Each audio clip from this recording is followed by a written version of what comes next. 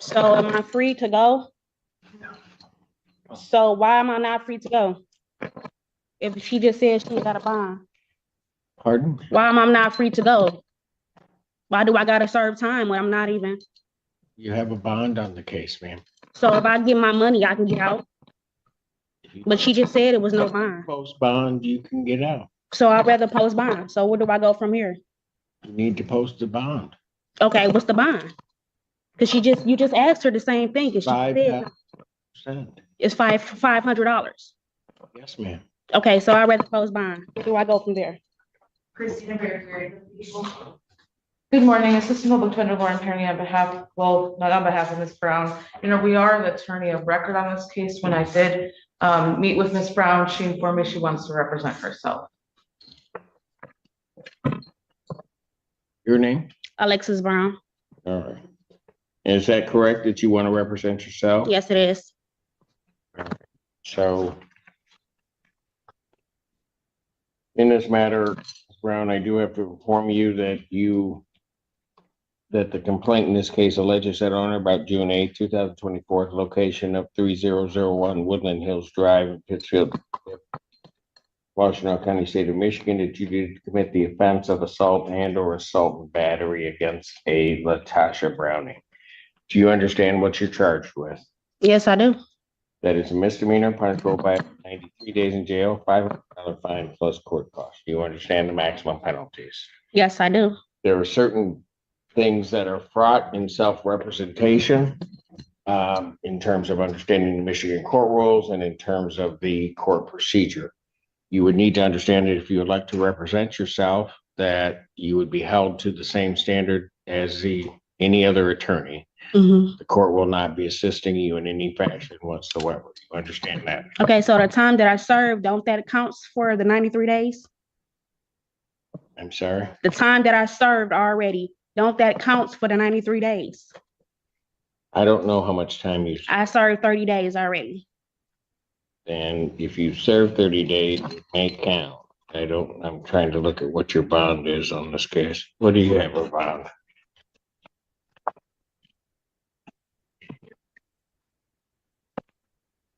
And then no contact with the victim as well. And the monetary amount? 5,000, 10%, then it should count. Yes, ma'am. And so I have a question. So when I was arrested, I wasn't actually told my rights. So ain't that against the law that you wasn't told your rights when you arrested me? Well, not you, but the officer. I cannot. You can't do nothing about it right now? All right, I just want to state that. I can't answer that. I just want to state it. All right. Okay. Stated. It's on record, right? So Okay. what do you want this set for, ma'am? Your Honor, we have no offer at this time. Do you want it set for a trial, ma'am? Sure, I guess. I guess. You want a jury trial or a non-jury trial? It doesn't really matter. Well, you've got to make a decision, ma'am.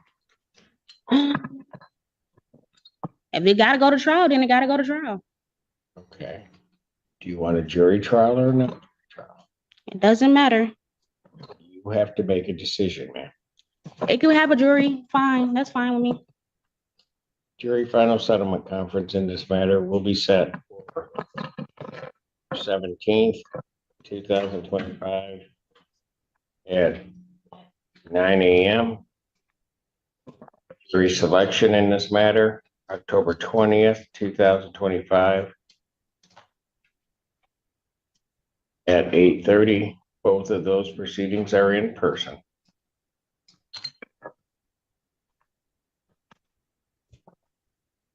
Thank you. So am I free to go? So why am I not free to go? If she just said she got a bond, Pardon? why am I not free to go? Why do I gotta serve time when I'm not even? You have a bond on the case, ma'am. So if I get my money, I can get out. But she just said it was no bond. Post bond, you can get out. So I'd rather post bond. So where do I go from here? You need to post the bond. Okay, what's the bond? Because you just asked her the same thing, and she said 5%. it's $500. Yes, ma'am. Okay, so I read the post bond. Where do I go from there? And you can go post bond. Okay, thank you.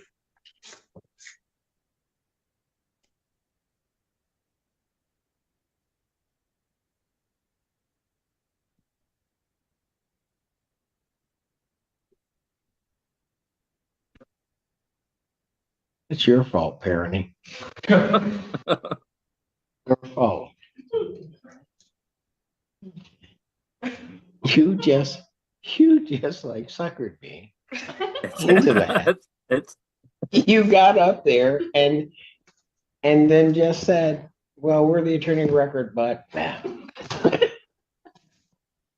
Oh, we're starting off the morning with a series of bad decisions already. This is wonderful. yeah, I know, but they're all by parody. The whole Excellent. McDonald's thing and then this. And This- okay, let's try this one. Before he makes more statements. And I did record the- That are false to this. I court, recorded the call. Criminalizing himself. I recorded the And call. in his best interest, he might want to listen to this call before he makes any further statements. Listen. You don't know what? That's the third time you've done it. You're gone. Mr. Allen, take him. You better get Mr. Burgess down here because I want to hear those calls because he's interfered with it. And Mary Rubio, on behalf of Mr. Lee, I am standing in for the attorney of record, David Burgess, with Mr. Lee's consent, to my knowledge. Is that correct, sir? That is okay for me to stand in for you right now? Yes, Okay, could you please state your name? literally. What is that noise? Shouldn't you check? I don't feel safe. What Why are is, you just pointing? What? It'll stop at some point. I feel very safe, Your Honor. Oh, I know. He's like, you are all over it. Yes. All right, go ahead. What are we doing? Well, Your Honor, a few things. First of all, I've been in communication with Mr. Burgess and Mr. Arabo, who is representing the victim of the case, Mr. Quasny. Apparently, Mr. Lee called Mr. Arabo and offered to, in exchange, there's a pending case where Mr. Quasny is the defendant of an AMD against Mr. Lee. Mr. Lee contacted Mr. Arabo and offered to essentially not testify in that case if Mr. Quasny agreed not to testify in this case.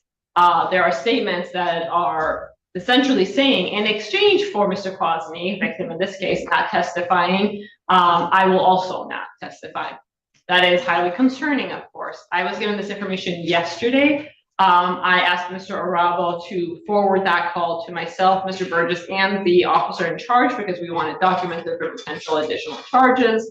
But this all transpired yesterday. We got the recording as of this morning. With that said, of course, I think it's appropriate to have an adjournment. Mr. Burgess agrees with that. But does that recording indicate that? Yes, Your Honor, have either one. I myself have not listened to the recording. I was just asked to stand in on behalf of Mr. Burgess. He's at a hearing in Lansing. However, I did speak to Mr. Lee about it today. Mr. Lee indicates he indicated some of the content of the conversation to me. He also indicated, just FYI, that he himself recorded it. But just so that I have this right, the defendant, because of something else, is urging, enticing, or in some other way interfering with testimony of witnesses in this Well, case. I can't agree to that characterization because I haven't heard it. I don't know. Well, you want to listen to, because that's what I'm being told. But yes, I understand. I understand that is what's being presented. I also want to indicate that. Go ahead. I'm sorry. Mr. Lee has indicated to me some things. I have advised him to be careful of what he would want to say to Your Honor, but he seems to feel that he needed to make that phone call because he wants to move to have Mr. Burgess removed and he wants to get a different attorney. Mr. Lee has indicated to me he also wants to address the court. I again did advise him I would not go into the content of that conversation as there could be potential pending new charges. With that said, Mr. Lee, what is it you wanted to say? Yes, Judge, I indicated to, what's your name? Mary Rubio, Ms. Rubio. To Ms. Rubio that for a little bit over a month, I contacted my attorney, Mr. Burgess, and I instructed him to contact the lawyers from both sides, the prosecution and the other side that represented Mr. Kwasny, and I instructed him to offer a plea or to negotiate some sort of settlement, and he indicated that he would do that. He indicated that he had done that. He indicated that he had reached out to Mr. Arabo and the prosecutor regarding making some sort of plea agreement. Him and I discussed what that could be. And so now, fast forward, yesterday, I contacted Mr. Burgess and I said, hey, have you reached out or have you heard anything from Mr. Arabo and the prosecutor? He said, and he indicated that he had not heard anything and that he had reached out to both attorneys multiple times. I knew that to be a lie. I suspected that to be a lie. And I knew that if I were to have him or to ask you to have him removed or substituted, that I would have to prove under Strickland versus Washington that he. I don't know. Are you a lawyer?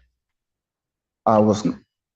Mr. Lee, no. To my knowledge, no. So I knew that I had to prove that he was ineffective. I knew that I had to prove that our breakdown was egregious. So I recorded the call myself, and I called Mr. Arabo and I asked if Mr. Burgess reached out and discussed any sort of plea negotiations.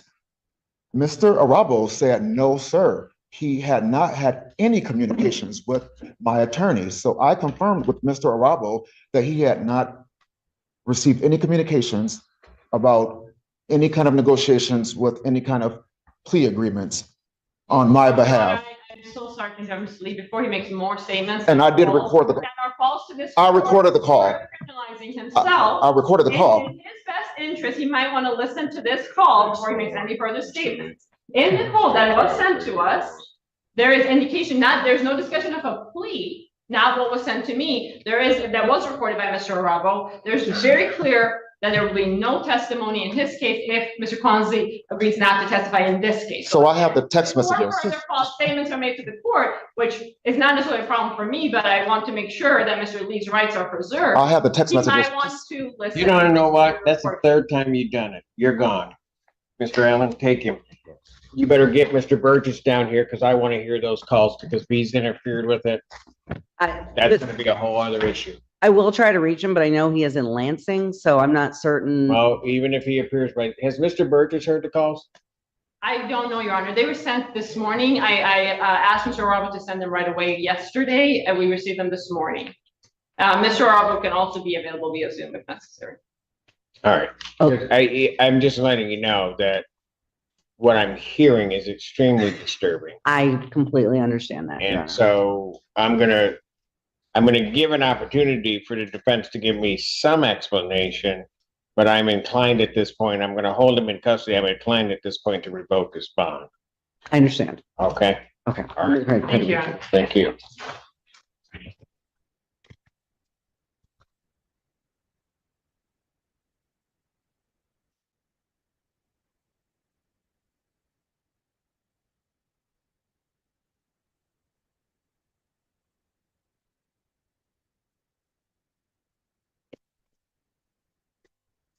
Somebody needs to listen to him. Just listen to it. Have you heard him? Or, Just now. Prosecutor and I listened to it together. okay, all right, I'll recall that momentarily. And then everyone else gets folded. Everybody else is holding.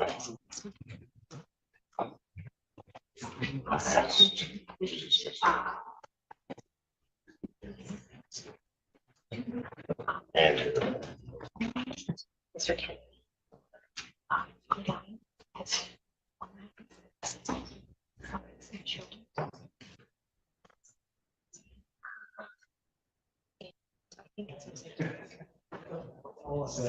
four, Yeah. okay. Yep. So this one we're going last. Right, no, No. This one. that's This fine, last. so just hold that one. Yep. Then it's between these two. What happened to ours? That was at 2:00. We haven't gotten there yet. Oh, I haven't talked to you about those at all yet. ow, okay. All right, but this one has one. And then we gotta bring Lee back out. So who's on this one? This is for witnesses with Miss Tanha and I believe Miss Ackerley. So then this is good night. 9 is Burkett. How many witnesses on that? One witness? Okay. Get Mr. Burkett in here. We'll handle that one. I'm gonna take a brief break. We'll handle that one, then I'll get Mr. Lee out. Or, okay, Thank you, Your Honor. and deal with Lee. That's my order then. All right, court is Larry Lee. All right. Good afternoon, Your Honor. Marie Tenha, Assistant Prosecuting Attorney on behalf of the people. I forgot to wait a second. And Mary Rubio, again, on behalf of Mr. Lee, who is making his way to the podium. Oh, there you Good go. afternoon, Your Honor. May it please this honorable court, Joseph Arabo on behalf of Stephen Quasny. All right.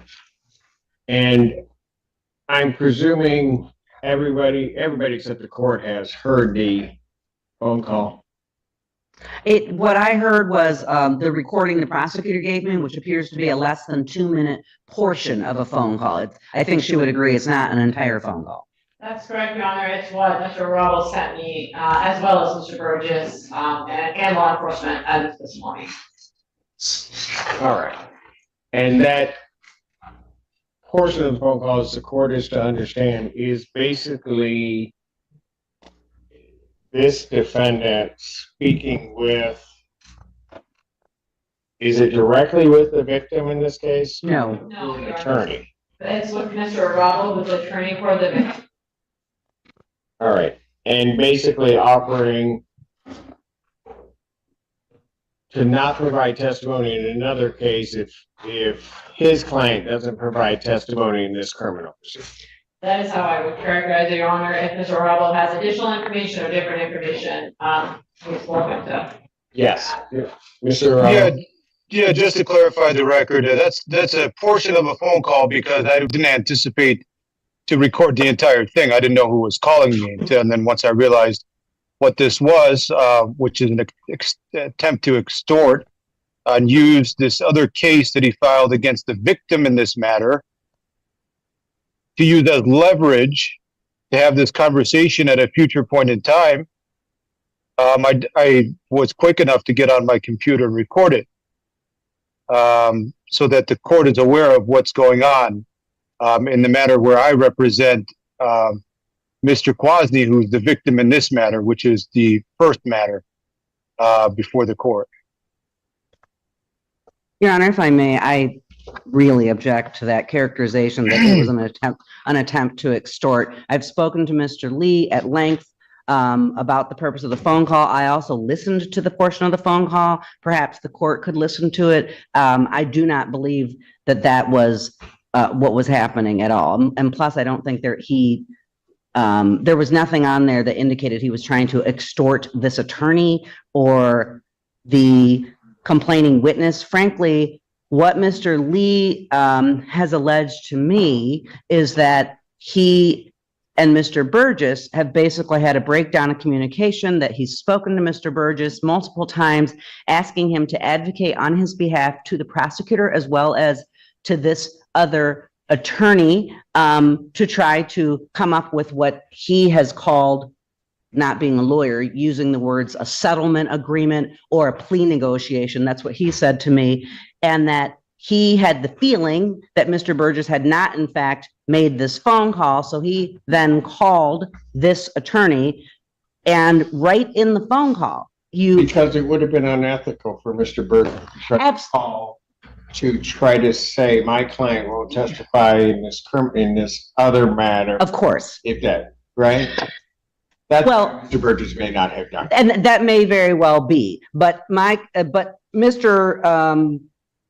Lee indicates that, and I haven't seen these, he indicates that he has text messages back and forth with Mr. Burgess, and that Mr. Burgess, quote, lied to him about whether or not he made these phone calls. So he indicates the main reason that he wanted to call. That would be irrelevant. I know that, but Judge, trust me, I know that, but I just wanted Your Honor, to if I make a may. record.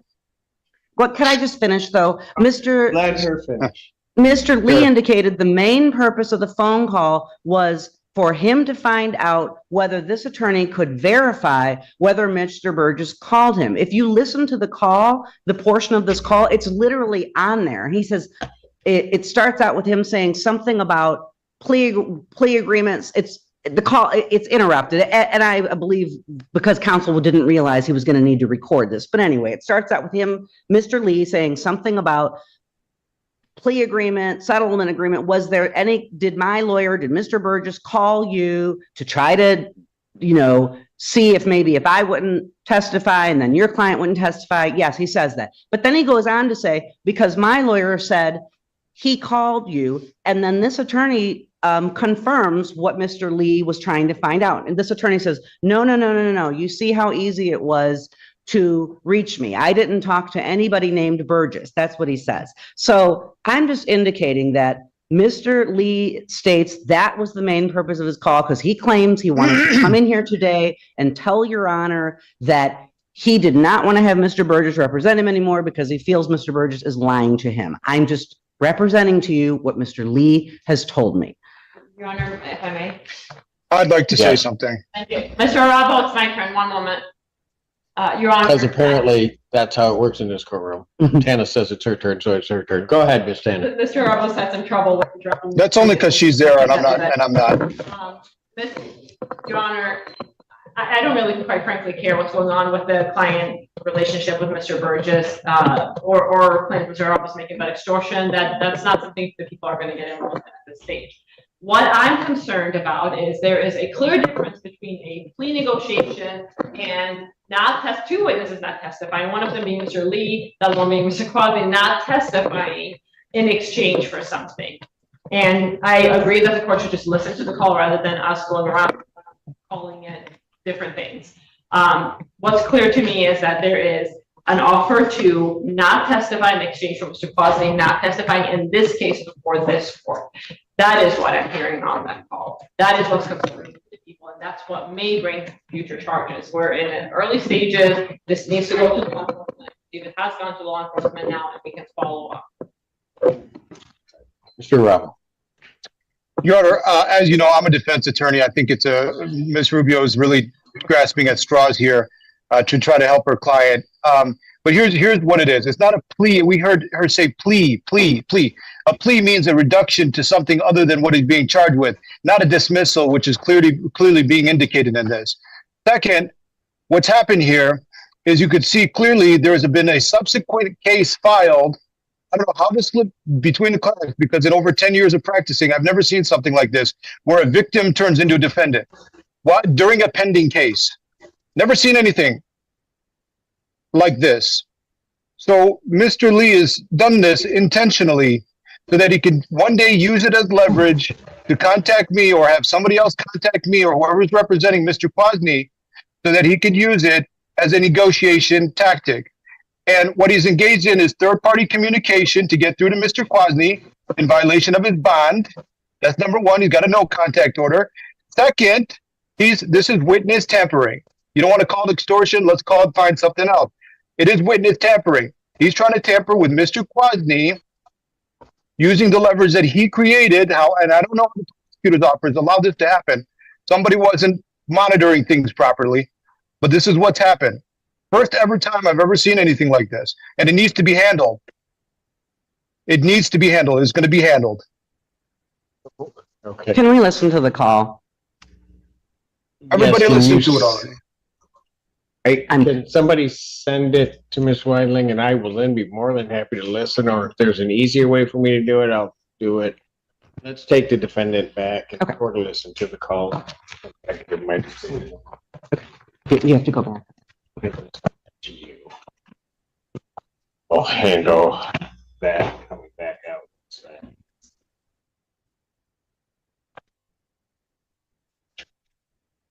But I think Miss Atkins on that. So bring me that. Court's gonna stand in recess. Everybody can remain seated. Bring. And I got this here.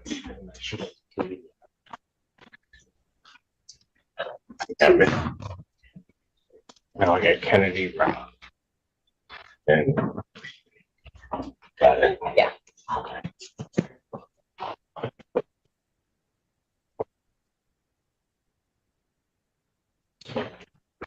Court does recall the case of the People's State of Michigan versus Larry Lee. Good afternoon, Your Honor. Marie Tanhouse, Assistant Prosecuting Attorney on behalf of the people. And Mary Rubio on behalf of Mr. Lee, who is approaching. Get your name, please. Clearly. Okay. The issue is in this case that, first of all, we're adjourning the hearing over. I believe we are. That was what I thought we were doing in the beginning. Well, it's got to stay before me. So. I know Mr. Burgess is already going to be here on July 1st. I just wanted to put that out there. Yes, but I'm not on the, Oh, I'm on the bench, but I'm not doing these. okay. So. Set his preliminary examination July to defendant's request, so my next date is July 22nd. 2025, and that's another 12 p.m. start, because God, I love that. All right. With reference to bond in this case, I've listened to the recording. I'm not going to say there's an over exaggeration or an under exaggeration. I mean, I think it's relatively clear when somebody very clearly points out an exchange or quid pro quo regarding me not testifying and this other person not testifying, and that is the exchange. I don't know that you get a clearer indication of somebody that is attempting, and especially when they circumvent their attorney, of somebody trying to sort of tamper with and obstruct a case. It couldn't be clearer. I mean, and quite frankly, I don't think there's any design to necessarily frost it over or anything along those lines. I think the idea or what Mr. Lee is saying about what Mr. Burgess wouldn't do is quite frankly just a ruse to hide his own desire to have the exchange that he was speaking with counsel about.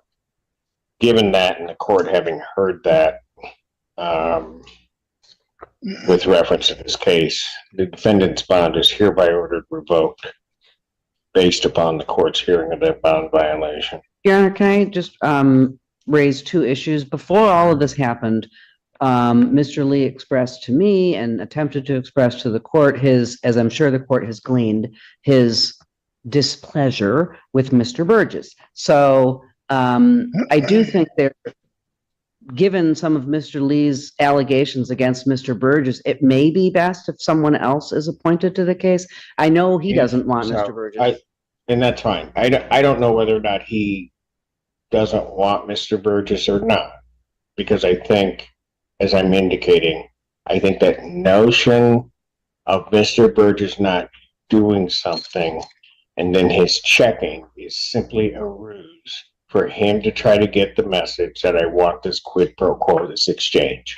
And I'm not accusing Mr. Burgess of anything. I'm just trying to represent what Mr. No, Lee has and told me. I understand that. And Mr. Lee I is think about when jumping you- out of his skin trying to talk, just so you know. And so when you talk to Mr. Burgess, if Mr. Burgess, if he believes that that's the appropriate step, he can bring that motion before this court and the court will hear it in the day that I'm on.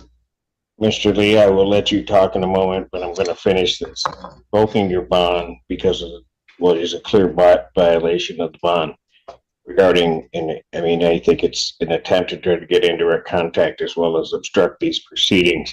Because that was accomplished in the manner it was, and I'm not sure that I can trust you with reference to no context and the like, we're at least going to get through this. I am going to, subject to a hearing, defendant's phone privileges for the jail are also revoked. What did you wish to say, sir? The thing that my substitute attorney here didn't convey to you was that I told her that I have the evidence with me in hand, that my attorney, Mr. Burgess, was the one that actually said that this was a legal way that we can go about it.